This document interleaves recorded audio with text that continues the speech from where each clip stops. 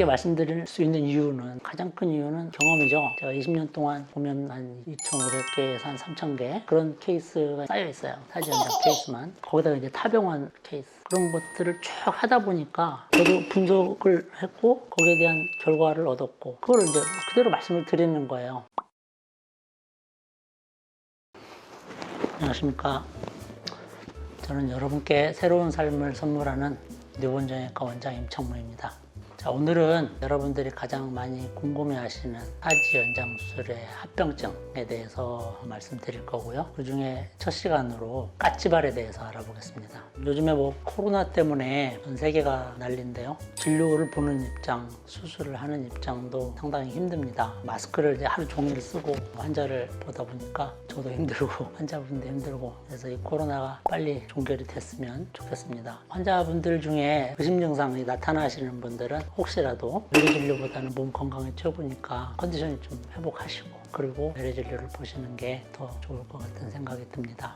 오늘 주제가 합병증인데요. 제가 가장 많이 하는 수술이 휜다리 수술하고 사지 연장 수술인데, 사실 휜다리 수술은 합병증 부작용 같은 게 거의 없어요. 환자분들이 염려할 만한 게. 근데 사지 연장 수술은 제가 20년 동안 쭉 해오면서 아무래도 두 수술을 비교해 보는데, 휜다리 수술보다는 환자분들이 고려해야 될 사항, 항상 마음속에 가지고 있어야 되는 마음가짐이 확실히 좀 다르게 접근을 하셔야 수술의 성공률을 좋게 할 수 있다고 생각이 됩니다. 어떤 분들은 인터넷상에 후유증이 없다, 0%다, 수술 성공률이 100%다 라고 얘기를 하시는 분들도 계시는데, 그거는 아니죠. 어떤 수술이건 어떤 상황이건 항상 부작용이나 합병증은 있습니다. 아무리 간단한 수술을 해도 그런 거를 고려하고 수술을 하는 거하고 고려치 안 하고 나는 무조건 100%야 라고 하는 거는 정말 천지 차이가 있다고 생각이 듭니다. 특히 사지 연장 수술은 아시다시피 재활기간이 길어요. 다른 수술에 비해서 보통 6cm 하려면 재활기간이 6개월이잖아요. 근데 6개월 동안 제가 옆에서 계속 붙어서 재활을 시켜줄 수는 없는 노릇이거든요. 분명히 환자분 자신이 뭔가 해야 될 일이 있어요. 근데 이거를 조금 소홀히 하게 되면 그 기간이 길어지거나 안 해도 되는 수술을 또 하거나 그럴 가능성이 있기 때문에 항상 긴장하고 본인이 여기에 대해서 충분히 숙지하고, 그리고 수술에 임하는 것이 환자분께 가장 좋은 결과를 가져올 길이라고 저는 생각이 듭니다. 오늘은 합병증의 첫 순서인 까치발에 대해서 알아볼게요.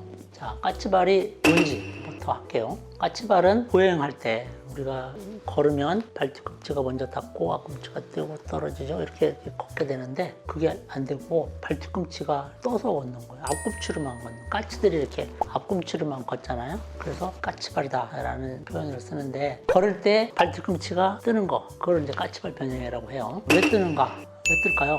자, 뼈를 늘리는 속도와 아킬레스건이 늘어나는 속도가 차이점이 나면 떠요. 뼈보다 아킬레스가 더 타이트한 거죠. 뼈를 3cm 늘리는데 아킬레스건이 3cm가 늘어나야 되는데 그게 못 따라가면 까치발 뜨는 거예요. 그게 미스매칭이 오면 까치발이 뜨게 되는 거죠. 까치발은 우리가 이제 연장을 할 때 다 늘어나죠. 피부도 늘어나고 혈관도 늘어나고 신경도 늘어나고, 물론 신경이 늘어나면 아프긴 하지만, 근데 아킬레스건이 잘 안 늘어나요. 가장 주된 원인은 아킬레스건의 타이트니스, 잘 안 늘어나는, 딱딱해지는 거죠. 가장 큰 원인이에요. 우리가 수술을 하고 나면 밑으로부터 걸어요. 잘 걷습니다, 환자분들. 그리고 보행도 하고 까치발 스트레칭도 하고 벨트 스트레칭도 하고 보드도 타고 하는데, 2, 3cm 정도 연장이 되면 점점점 다리가 갈지자처럼 거르는 그런 현상이 나타나죠. 까치발 시초예요. 어떤 분들은 완전 개걸음 하시는 분들이 계시는데, 그게 이제 까치발 시초라고 보시면 돼요. 그 시기가 좀 더 진행이 되면 발뒤꿈치가 뜨죠.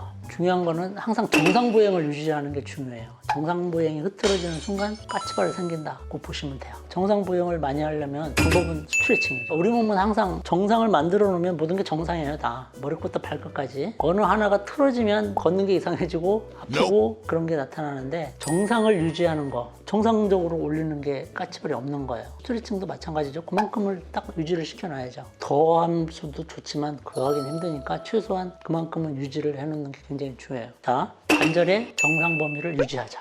굉장히 쉽죠? 그런 개념으로 스트레칭을 하시면 돼요. 그런 질문을 많이 해서요. 저는 선천적으로 뭐 관절이 딱딱해요. 굳어요. 어떤 분은 또 나는 굉장히 유연해요. 특히 여자분들의 경우에 저는 뭐 이렇게 하면 여기가 손끝에 딱 닿아요. 그런 식으로 굉장히 유연하신 분들이 계시는데 유연하면 좋아요, 사실. 왜냐면 근육 조직 자체가 유연하면 아킬레스건도 그만큼 유연해서 잘 늘어나니까 훨씬 좋죠. 그래서 여자분들이 남자분들에 비해서 조금 유리하기는 해요. 신체 조건상.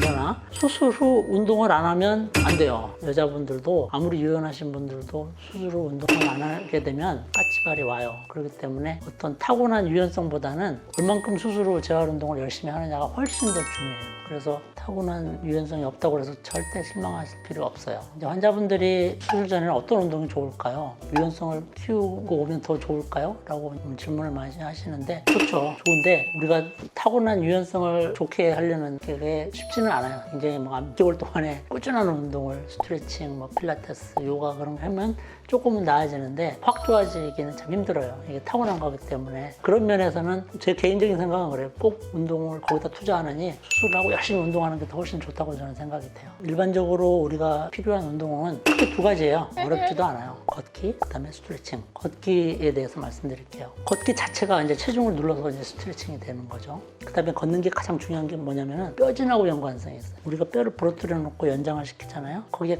가느다란 자극이 뼈진을 좋게 만들어요. 그래서 걷지 않고 스트레칭만 한 사람하고 걸으면서 스트레칭을 하는 사람 굉장히 차이가 많이 나요. 뼈진에 있어서 2시간 이상 나눠 해도 됩니다. 그리고 두 번째는 스트레칭. 우리가 벨트를 이용하거나 보드를 타거나 아까 말씀드렸죠? 정상 범위를 유지하자. 따라해보세요. 정상 범위를 유지하자.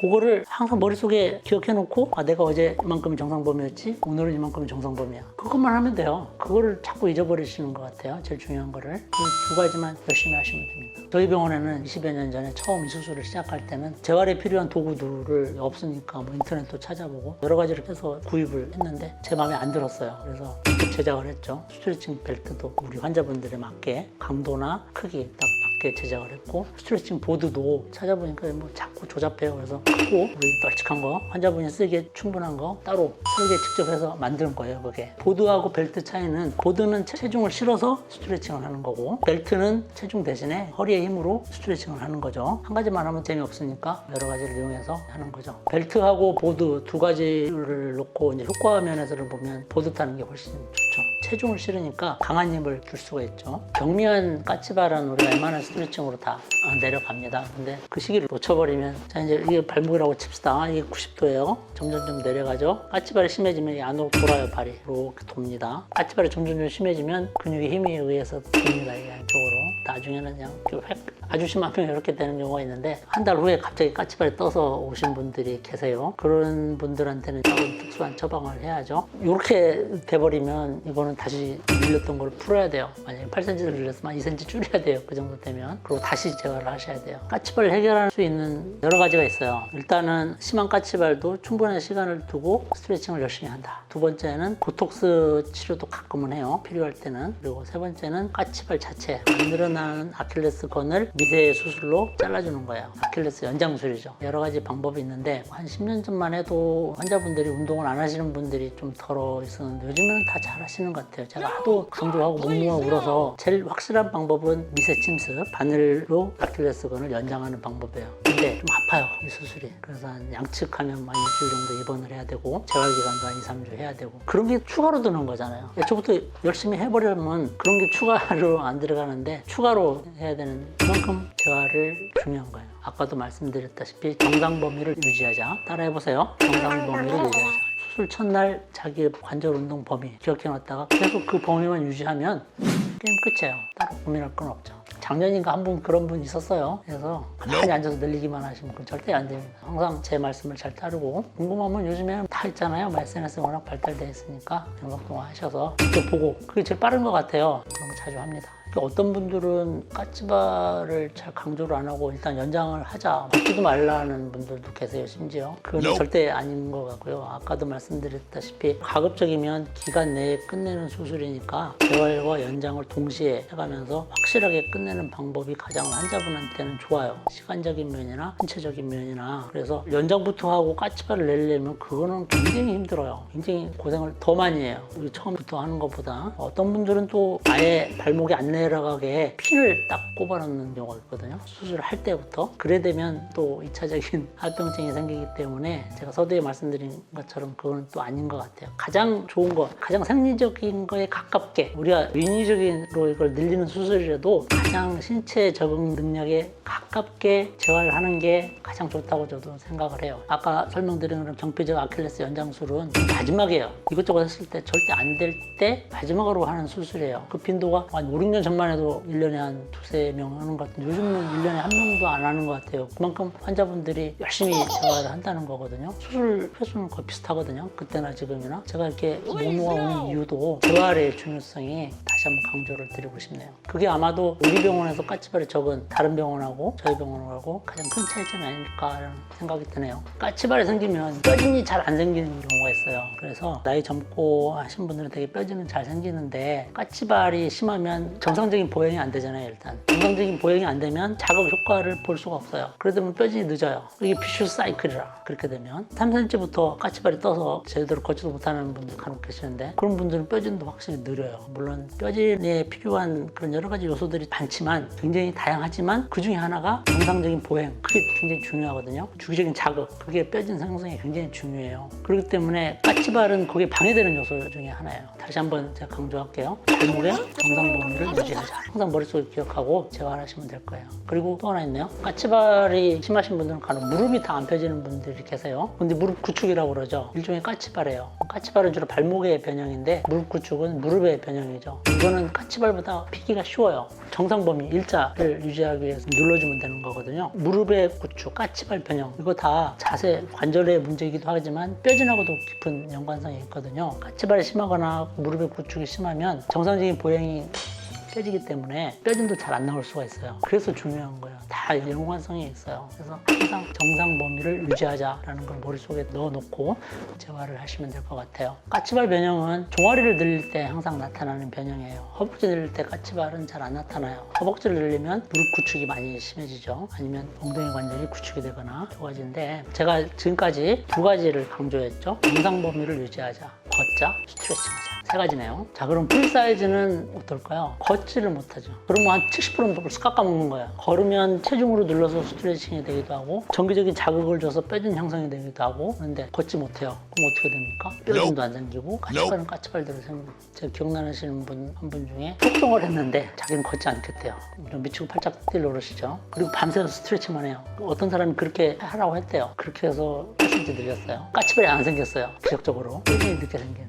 그래서 제가 그 과정에서도 너 걸어야 된다, 안 걸으면 안 된다 계속 하루에 2번씩 얘기했는데도 그 말 안 들어요. 결국 이제 생기긴 했는데 아무튼 늦게 생겼어요. 그럴 필요 뭐가 있어요. 저한테 확인을 하세요. 항상 그렇게 해도 되는지. 그러면 탈이 안 나거든요. 제가 뭐 20년간 그동안 쌓아온 노하우도 많고 공력도 많아서 여러분한테 충분히 내공을 전달해 줄 수 있어요. 그러니까 좋은 결과를 위해서는 모르면 질문하고 혼자 마음대로 결정하지 말고 요즘 카페 보니까 질문들 많이 하시던데 그렇게 항상 서로 질문하고 급하면 제가 영상 통화해서 빨리빨리 해결해 주고 그렇게 하면 되니까 하시면 될 것 같아요. 어떤 병원에서는 부작용이 0%다, 성공률 100%다 라고 대놓고 이렇게 말씀을 하시는 분들이 계시는데 아까도 말씀드렸다시피 그거는 아닌 것 같아요. 아주 작은 수술도 정말 우리가 말하는 하찮은 수술도 부작용 다 있어요. 예기치 못한 상황이 발생할 수 있어요. 대부분은 괜찮아요. 저도 20년 동안 이렇게 쭉 이거를 해오면서 초창기에 부작용 많이 겪었어요. 그 다음에 제가 좀 한참 좀 유명해지니까 다른 병원에서 자꾸 저한테 와요. 부작용이 생겨서 지금은 좀 적지만 그런 과정을 통해서 또 이런 새로운 완벽한 그런 수술이 되는 거예요. 저도 연습을 하고 단련하고 자꾸 시행착오를 겪으면서 좀 더 발전된 수술을 하는 거예요.